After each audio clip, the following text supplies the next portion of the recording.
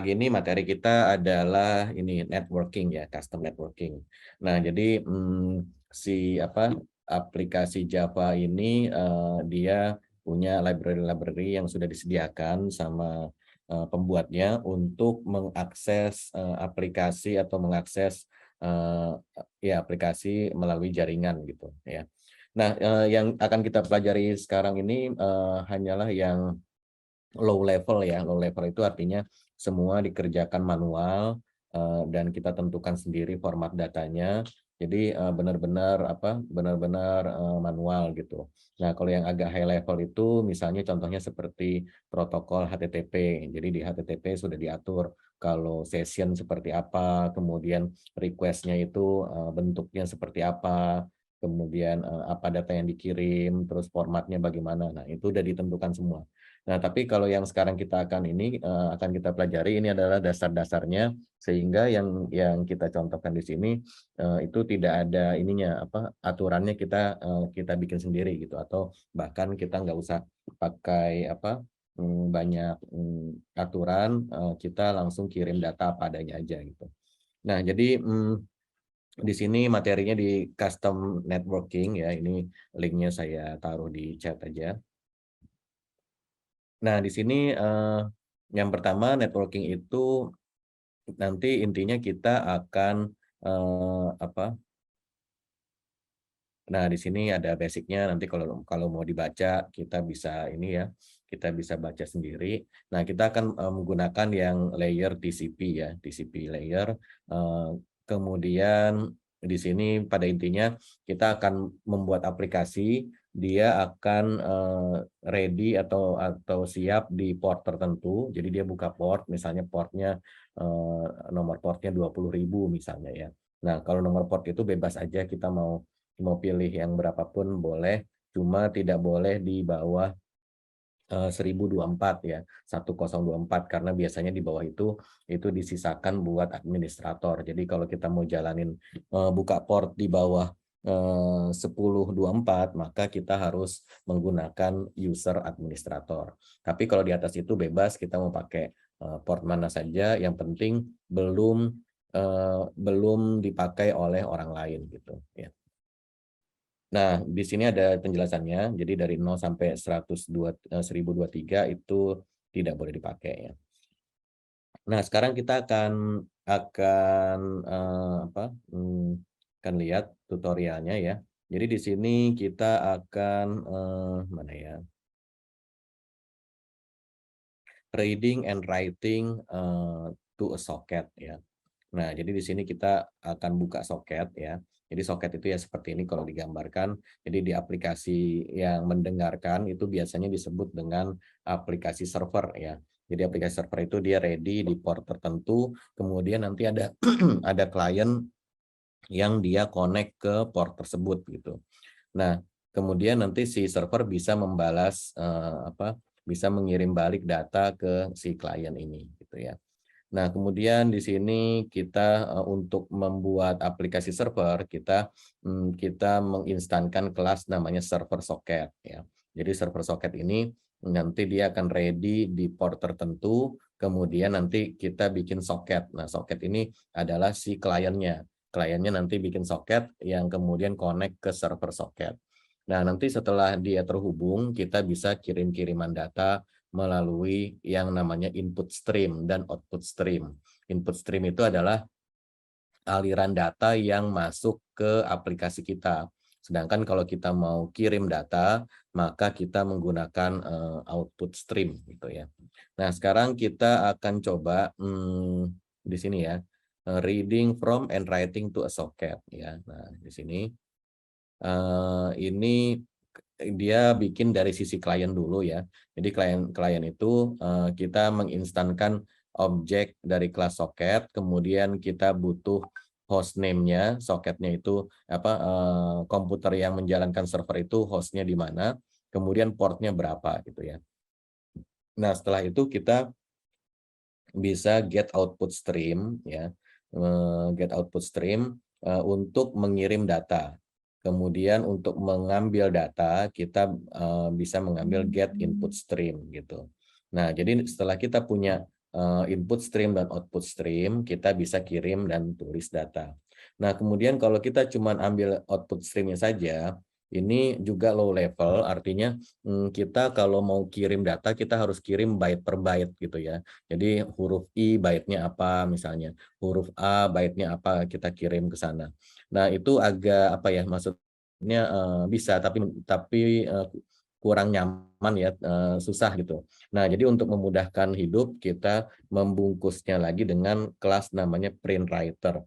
Print writer ini dia punya metode yang namanya println, sama kayak sistem outprintln gitu ya. Jadi kita langsung kasih string aja, langsung kita print, nah itu nanti dia dikirim ke jaringan.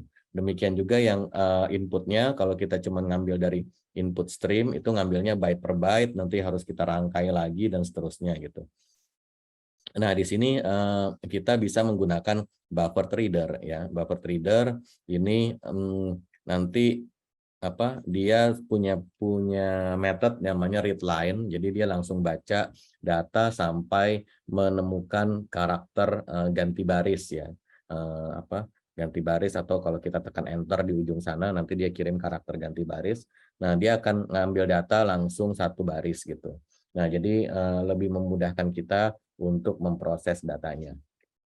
Nah, sekarang kita akan coba ya, kita akan coba bikin aplikasinya. Nah, ini yang di sisi server ya. Sisi server ini kita menginstalkan server socket, kemudian dengan inputan nomor portnya berapa gitu ya. Nah, kemudian di sini nanti kita bisa accept. Nah, begitu accept, maka di sini di ujung server, di sisi server, kita juga punya objek socket ya. Socket, objek socket inilah yang menghubungkan kita dengan si klien tadi ya. Jadi di sana punya socket, di sini punya socket gitu. Nah, kalau kita mau mengirim data ke si klien tadi, maka sama kita pakai auto stream. Kalau kita mau terima data dari klien, maka kita input stream ya. Nah, seperti itu. Oke, ini kita langsung ini aja, langsung kita coba aja ya. Kita coba saja. Nah, di sini ini saya close dulu semuanya, close all gitu ya. Nah, di sini saya bikin package baru lagi, misalnya nama foldernya chat ya. Jadi nanti kita akan bikin aplikasi chatting ya. Nah, di sini kita bikin file dulu, yaitu chat server ya, .java. Nah, kita langsung bikin ininya aja ya. Private integer port, nah gini ya. Kemudian private socket ya, socket socket lah, langsung aja langsung socket. Oke, nah di sini kita begitu kita kita start, kita sediakan method start, public void start. Nah gini ya, di sini kita menginstalkan server socket, server socket socket. Nah, di sini kita bikin konstruktor ya, public chat. Kenapa? Karena kita pengen si portnya ini diisi ya. Nah, di sini kita isi di port sama dengan port. Nah, kemudian jadi di sini kita bisa langsung server socket. Kita bisa pada waktu dijalankan dia udah pasti ada isinya gitu ya. Nah, kemudian di sini biasa di sini ada exception ya, IO exception. Ini kita bisa throw saja ya, kita throw saja nanti biar di handle dia memanggil. Nah, kemudian setelah itu socket ya, socket sama dengan server socket accept. Nah, gini. Nah, ini dia akan blocking. Ini kita ini dia, tampilin aja ya. Menunggu koneksi di port. Nah, di sini kita tambahkan portnya. Kemudian setelah dia selesai setelah dia selesai menerima, kita tampilkan ya. Ada klien connect. Nah, dari IP ini kita tampilin aja socket get inet address. Nah, ini ya.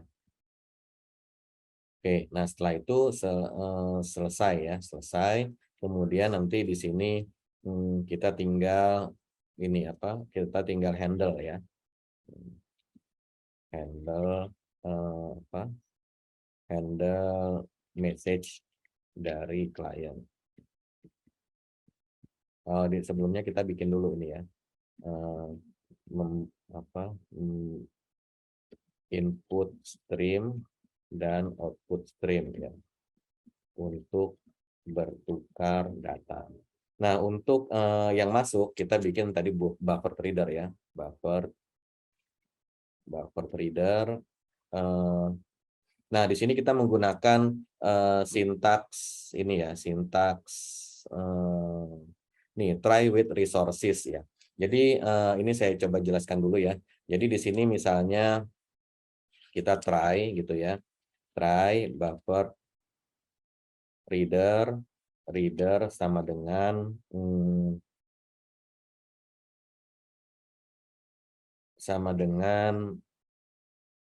new buffer reader, kemudian socket get input stream. Salah. Input stream. Nah, gini ya. Oh, enggak dia. Nah, di sini dia bilang, oh, kita harus bikin ininya dulu. New input stream reader. Jadi, nggak bisa langsung input stream, dia harus pakai input stream reader gitu ya. Nah, kemudian di sini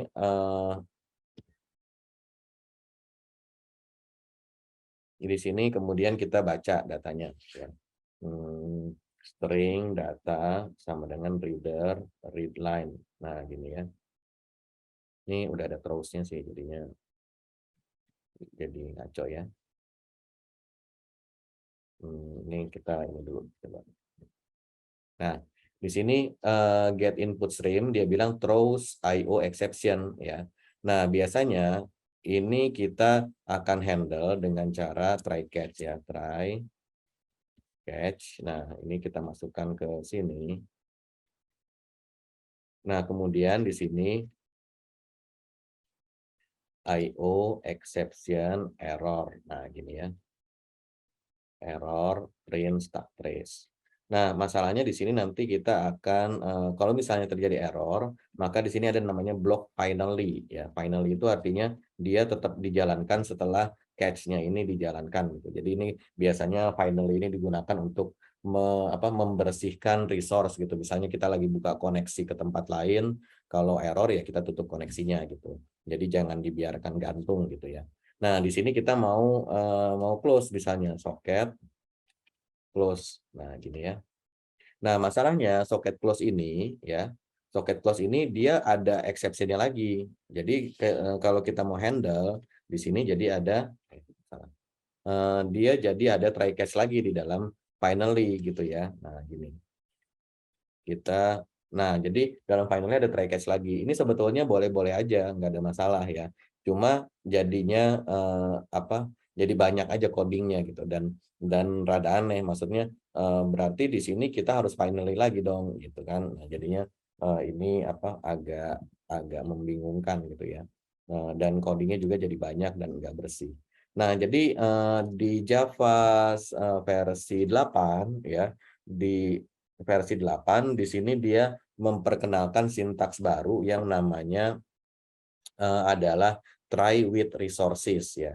Nah, jadi si socket ini, socket, buffer reader ini istilahnya adalah resources gitu. Nah, jadi kita bisa memasukkan dia, jadi dikasih tanda kurung di sini, ya ini tanda kurung. Nah, di dalam sini try ini bisa ada tanda kurungnya. Nah, tanda kurungnya ini bisa menampung deklarasi resource. Misalnya di sini saya cut, saya pindahin ke sini. Nah, gini ya. Nah, di sini sehingga kita nggak perlu lagi bikin finally untuk meng-close si resource ini. Karena begitu dia di-catch nanti error, dia si Java yang akan memanggil method close-nya gitu ya. Nah, deklarasi resource ini bisa lebih dari satu ya. Nah, gini. Jadi kalau di atas kita punya server socket, ini juga bisa kita pindahin ke sini. Nah, gini ya. Kemudian soket setnya juga bisa kita pindahin ke sini. Nah, gini ya. Di sini deklarasinya kayaknya harus ini. Nah, gini. Sehingga ini nggak kita pakai ya. Sehingga eh, oh tapi ini jadi nggak bisa tampil, nggak apa-apa ya. Kita kita bikin di bawah aja. Nah, di sini ya. Oke. Nah, jadi di sini kita bisa membuat berbagai macam resource yang nantinya si resource itu akan ditutup ya, ditutup pada waktu terjadi exception gitu ya. Nah, di sini kita mendeklar katanya resource yaitu file reader dan buffer reader gitu ya. Nah, kemudian dia syaratnya harus implement yang namanya auto closable. Jadi auto closable ini sejak versi 7 Java 7 ya. Sekarang kan kita pakainya Java 11. Jadi dia sudah ada. Jadi dia bisa tidak perlu lagi kita panggil close ini ya. Nah, jadi di sini kita tambahkan lagi print writer satu lagi, writer ya, sama dengan new print writer, kemudian socket get output stream. Nah, gini ya.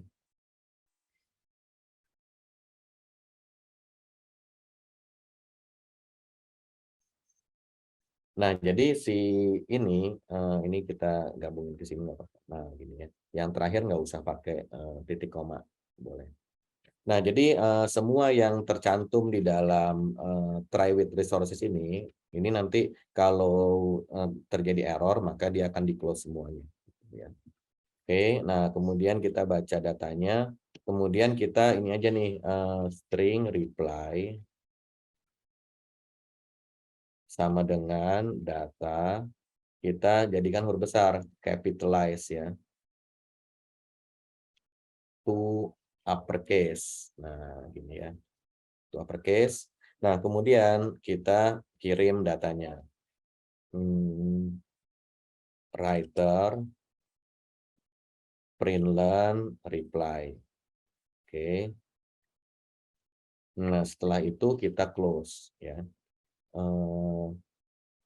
Reader, close, writer. Ini masih perlu di close nggak ya? Coba kita lihat baca dulu.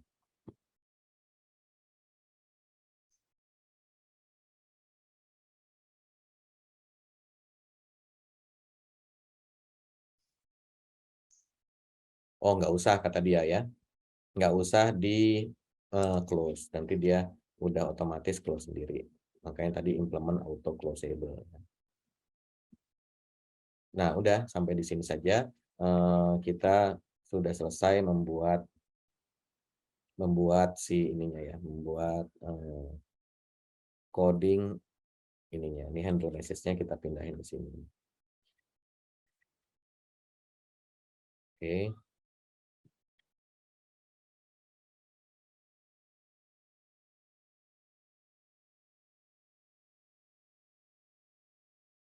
Ya, ini sudah selesai servernya. Kita bisa tes ya. Nah, untuk ngetes seperti ini, kalau di saya bisa pakai Telnet. Mungkin kalau di teman-teman dicoba dulu aja, bisa nggak jalan Telnet ya.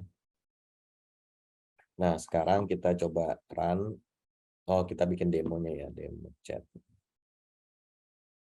Aplikasi chat Java. Main. Chat server sama dengan new chat server. Kita dengarkan di port 12345 ya. Kemudian chat server start. Oke, udah dia start ya, kita run. Nah, di sini dia menunggu koneksi di port sekian ya. Nah, sekarang saya akan buka terminal. Udah buka belum? Nah, di sini ya. Telnet localhost 12345. Nah, dia ada client connect nih, IP-nya pakai IPv6 ya. Jadinya dia 00 gini. Kemudian kita ini halo, kita enter. Nah, jadi dia langsung balas halo dengan huruf besar dan setelah itu langsung dia menutup koneksinya gitu. Karena di sini setelah apa? Setelah dia kirim reply maka dia selesai. Jadi selesai masuk ke baris 34, kemudian dia langsung close ya, close, kemudian close data, close ininya, koneksinya, sehingga di sini juga dia langsung disconnect gitu ya. Oke, nah jadi seperti ini contoh aplikasi servernya, silakan dicoba dulu ya.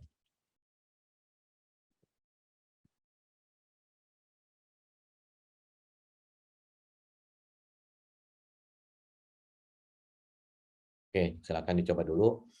Biar apa, kadang-kadang telnetnya suka nggak mau kalau di Windows. Nah, nanti kalau nggak mau, nggak apa-apa. Nanti kita akan coba bikin ininya aja, bikin chat kliennya supaya dia bisa kirim data. Ini dicoba dulu aja.